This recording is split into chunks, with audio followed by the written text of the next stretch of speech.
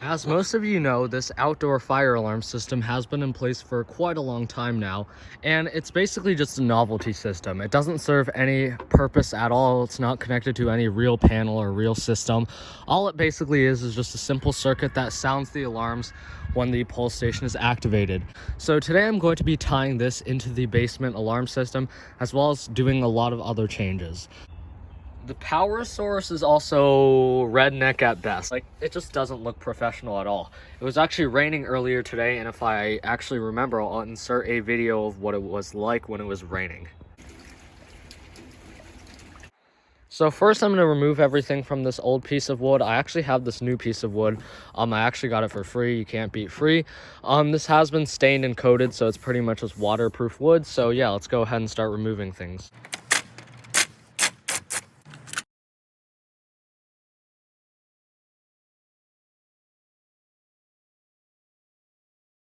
Now we can go ahead and remove it. It's literally just held on by zip tie.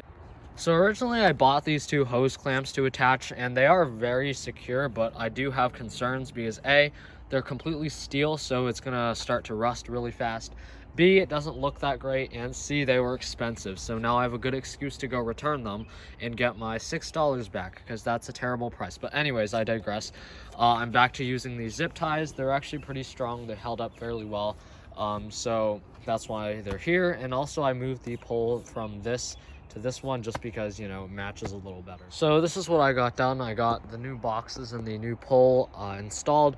I'm going to fish new wire later, so that's why there's no alarms or anything installed. So yeah. All right, so today I'm going to be using 22 4-wire. Usually I don't like to use anything greater than 18 gauge because the wire tends to get really thin and brittle. But because this is just going to be running outside, I'm not going to be messing around with it too much, so it shouldn't be a problem. I also want the wiring this time to be a little more discreet, so I'm running it behind the deck. I finished wiring both of these devices. They're both back up. I also put this junction box back up. All the wire has been run, so now let's go inside and connect it to the fire alarm system. So I'm going to feed wire from the utility room fire panel over to this junction box and then feed the wire through the window. All right, I have my fish tape run. I also have my fire alarm cable attached at this end, so now we can start pulling the cable through.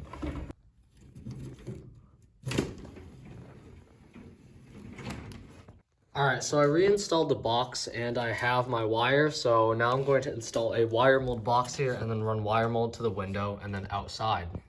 So I have my box installed. So this is the wire coming from the outside. You can see that these two go to the pole station, then these two go to the horn strobe, and then this is coming from the NAC. What I actually want is I want to be able to switch the alarm outside on and off. All right, so I've gone ahead and disabled the other NACs, but if I go ahead and turn on the outdoor alarm, you might be able to hear it. So yeah, it works. The last thing I want to do is replace this one WM strobe with a Wheelock MT, just so it will match the other one. And of course, because I am using an MT, I did order another back box. Pull that out, there it is. So you can see it's pretty much the exact same thing as the other one. So just have to go ahead and remove this first.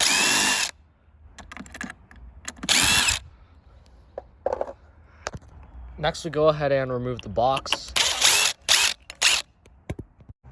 All right, so if I just put this box onto the tree, obviously because the tree is round, they don't stick all the way. So when I start tightening down the screws, I worry that the box is just gonna break. So what I actually am going to do is I'm going to install a piece of wood and then put the box on top of that. So that way it probably will look better, and also the box will have a flush surface to sit on. So as you can see, I'm just going to use an impact driver to drive in these exterior screws to hold it onto the tree. All right, I got the box installed. I'm just realizing that I didn't punch out a hole for the conduit, so I'll go ahead and do that now.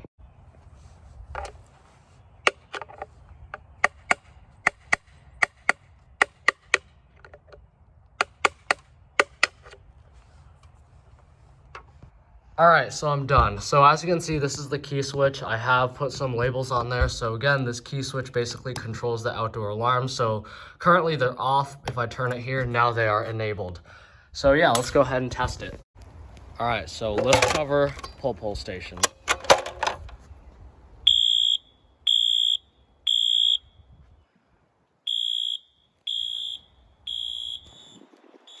As you can see, this unit is flashing away.